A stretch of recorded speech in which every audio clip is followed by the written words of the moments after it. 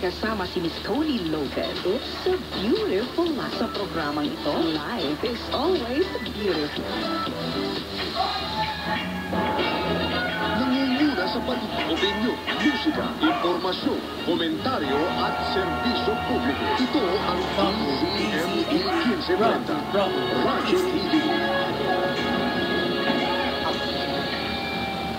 Ang ikaapat na State of the Nation Address ng Pangulong Bongbong Marcos Jr. Isa na naman special coverage ng DZME Radyo TV.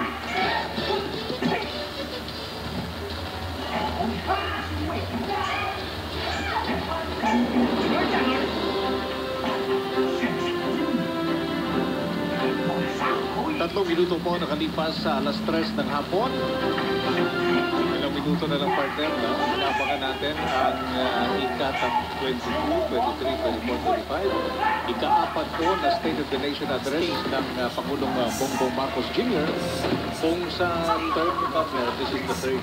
Kasi yung 2022, hindi pa natin makount dapat na solo niya because assume na niya ng kanyang term. So basically, kung performance in relation to the term, ito po ay 23, 24, 25, pangatlong State of the Nation Address ng Pangulong Bongbong Marcos Jr. Ako po si Jim Angeles. Ako po si Toto Fedalino. Hanggang alas 6 kami magkakasama dito at magkakasama natin ang ating mga kaagapay sa labas po ng ating ipilan. Nagbabantay at ihimayin natin with our confirmed resource persons. Himayin natin ang naging accomplishment ng administrasyon as well as ito po ang mga bibitawang target at pangako, game plan ng kasalukuyang administrasyon. Ano, partner, masarap makikinggan yung zona ng ating Pangulo dahil unang-una siya ay nasa kalaglaan ng kanyang terminal. At ang tingin ng marami, partner, parang kailangan pa niyang bumawi. No? So, magandang pakinggan to dahil kahit papano, malalaman natin kung ano ang direksyon ng ating pamahalaan sa natitirang 3 taon sa kanyang termino.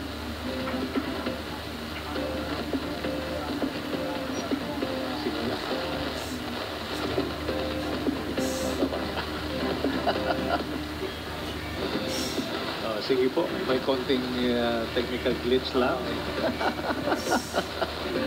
Anyway, it happens sometimes.